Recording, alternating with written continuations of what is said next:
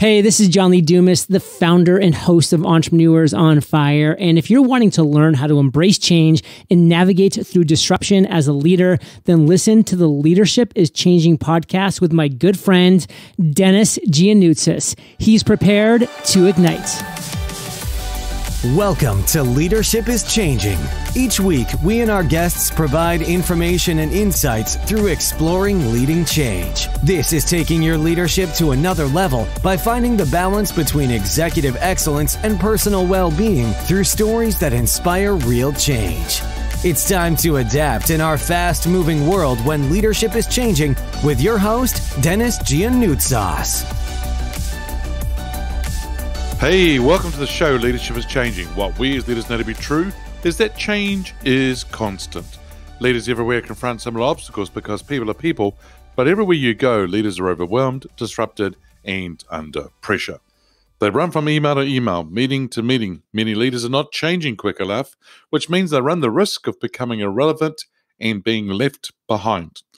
The purpose of the show is taking our listeners' leadership to another level by finding the balance between executive excellence and personal well-being through stories that inspire real change. I believe we don't have enough effective leaders in the world today, and if we can get the leaders to step up and lead change, then they can inspire real change. Hey, listeners, it's now time to adapt in our fast-moving world, and I want to welcome you to today's episode. It is a mashup where I've got 4 wonderful guests. Hey, team, we've been going for just about 11 and a half months now, and tremendous support with the actual podcast. Hey, but if you are able to give us a review and a rating and then share with your network, that'd be wonderful because that's going to really help the ranking of the podcast going forward. If you have checked out, or if you haven't, checked out the Facebook group, Leadership is Changing, or the LinkedIn page, Leadership is Changing, go ahead and check those out. Love to see you join those communities. That'd be great. So, team, I'm going to share you this mashup. 4 wonderful guests that I have with me in this episode.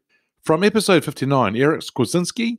Eric is a great guy, and he is the creative producer of Build Your Network, which is a guy called Travis Chappell, who's ranked very highly in the world, and so he's the creative producer for that. But Eric also has his own podcast called Preacher Boys, and it is doing tremendously well. So check out episode 59 if you want to afterwards, which is good. From episode 62, Stephani Murphy. She's the leader for assessment and analytics practice at Dell Technologies. And then episode 70, Dale Beaumont, the award-winning technology entrepreneur. He's an international speaker, and he's done fantastic side of things as well around his businesses and helping people for sure. And Evelyn Seewald. Evelyn is a digital thought leader coming out of a global organization, and she's a wonderful lady to have around in these episodes as well. So Eric, Stephani, Dale, and Evelyn, listeners, take notes, sit back, relax, and enjoy the mashup. Hey, so in the world, we're seeing a lot of change happening, and this show is called Leadership is Changing. When I say that comment or that statement, leadership is changing, what does that mean for you? Every time you say this on the show, I think of a different answer. But for me, I just think everything's drastically changed. And I think just the way, and I think a lot of it is the Gary Vaynerchuk's of the world. You know, we're changing our perspective from seeing, oh, the boss is coming this Friday to check out your performance, to the boss is with you every day, like in the trenches with you, leading the charge. And so while there definitely are those bosses that everybody dislikes who come in on one day out of the week from the golf course and make sure that you're doing what you're supposed to do, I think that the leadership format that we're seeing people succeed in and people wanting to follow, the leaders who are making impact like Elon Musk or a Gary Vaynerchuk, or even, you know, fill in the blank, even like people like Bill Gates or people who've really had big impacts.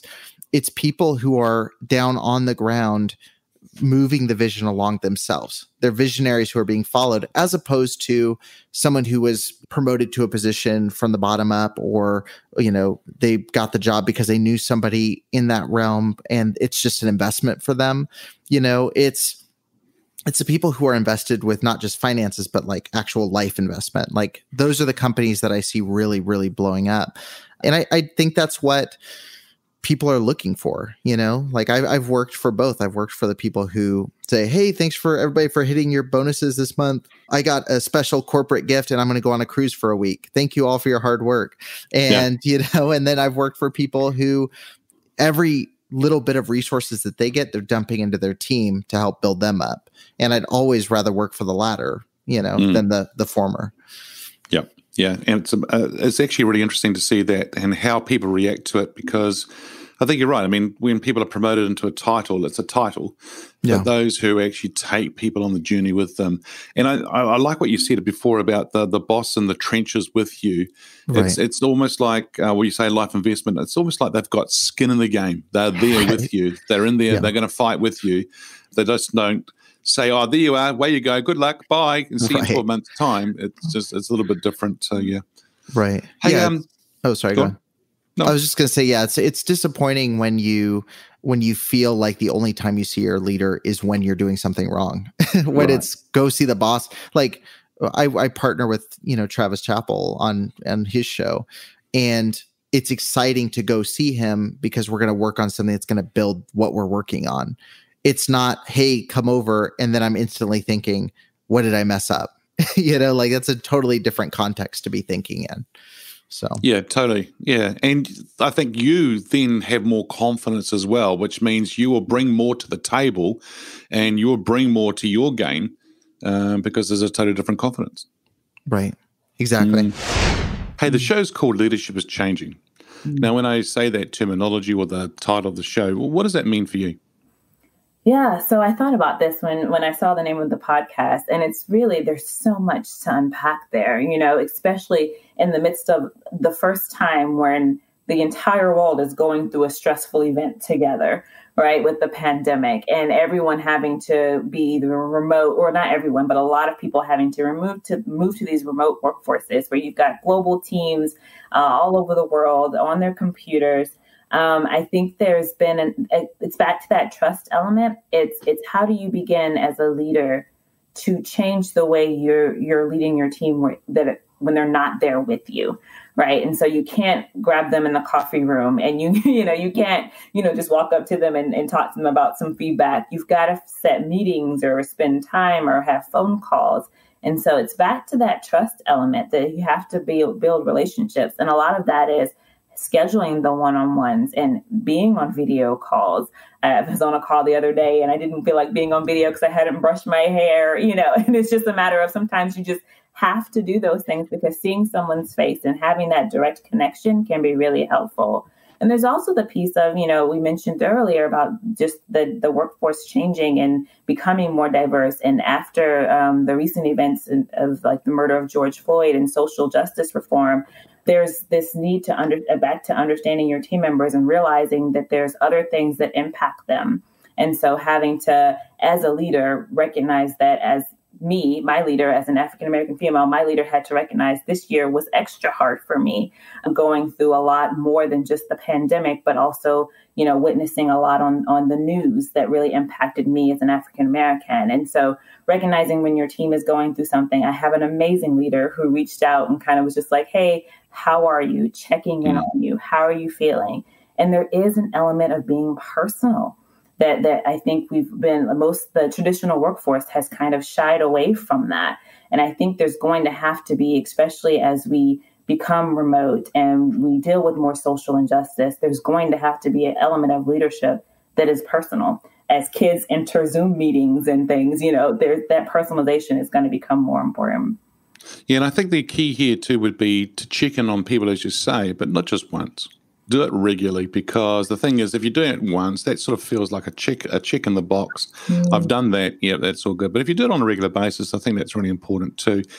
And the other thing I think that the pandemic is teaching us, and other events as well in the world, all sorts of events are happening for all sorts of countries, is that it's actually making us do a bit of a reality check, that we do need to see how people are, how they're coping, where they're at with things I don't know about you, but I'm seeing a lot of leaders who are actually emotionally tired. That's been a big year for them. And, I'm like, oh, so is Christmas canceled this year because of the pandemic? We're not going to do that this year. What are we going to do? I think, because in this part of the world, it's summertime. We're going to summer now. So this is when we take our summer breaks. And I think people are wanting to take a break because they need time out.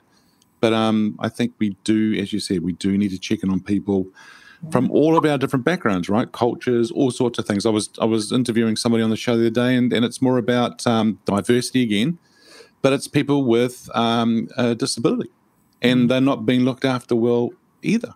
And so it's because we talk about diversity and inclusion, we talk about all these things.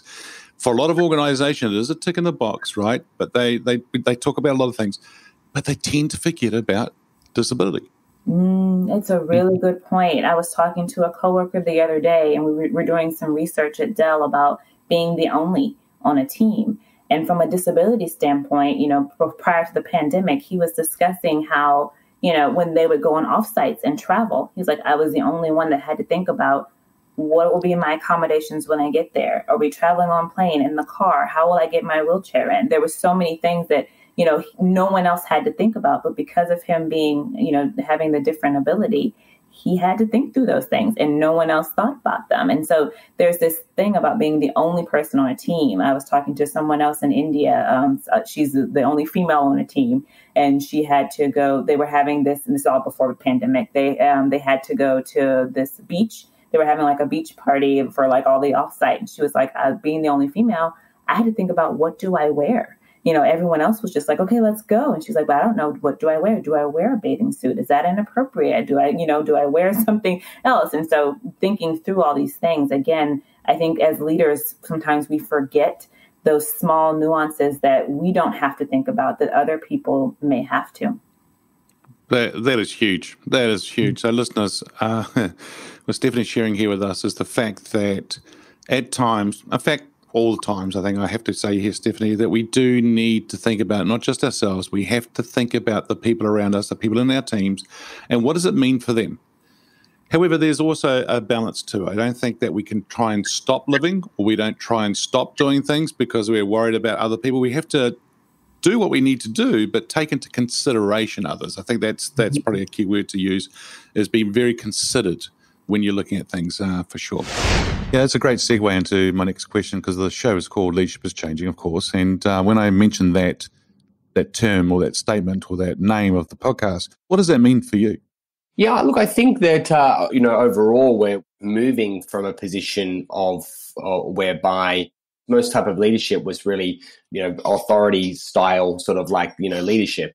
You needed to do what you're told because, otherwise you'd sort of like lose your job. But with the employment rates being, historically lows, now it's a little bit kind of like higher, but we'll return to the point soon whereby people have choice. They have more choice than ever before. Choice and also financial security. We're wealthier than we ever have been as a society. And so therefore, in the past, you had to do what you had to do to survive. But now people are just like saying, well, if you don't inspire me, especially younger people as well, if you don't inspire me, then I'll just go work for someone else that does. So making sure that I think it's really important to make sure you're developing your leadership skills, because people have more choice about who they follow. And there's now millions of experts that they can access online. So you're not competing with just people in your kind of area. You're competing with people all around the world now. So it's important, I think, and to really step up your leadership skills and basically become someone that's worth following, someone that is worthwhile, that people want to work for. And it's not a thing because they have to. It's because they are really engaged with, who you are, the impact that you're having, and they want to play an important role in making that happen. Yeah, and I think that's why it's important for things like Bizversity and something like that, right? Because a lot of leaders do sort of tend to sort of sit back and wait for others to actually develop them. And I'm going to encourage people not to do that. They need to go out and do that themselves, but go and find the right platforms, the right areas to go and learn from, because I think it's really important. So, yeah, it's a good thing. So the show is called Leadership is Changing, and as you mentioned before. So when I say that name, that title, what does that mean for you? Leadership is changing. I mean, it's changing like everything else. And I think it's really, picture in my mind of the traditional leader. We tend to think of that person who gets up on stage, probably in technology, it's probably the Larry Ellisons from Oracle or the Steve Jobs of Apple.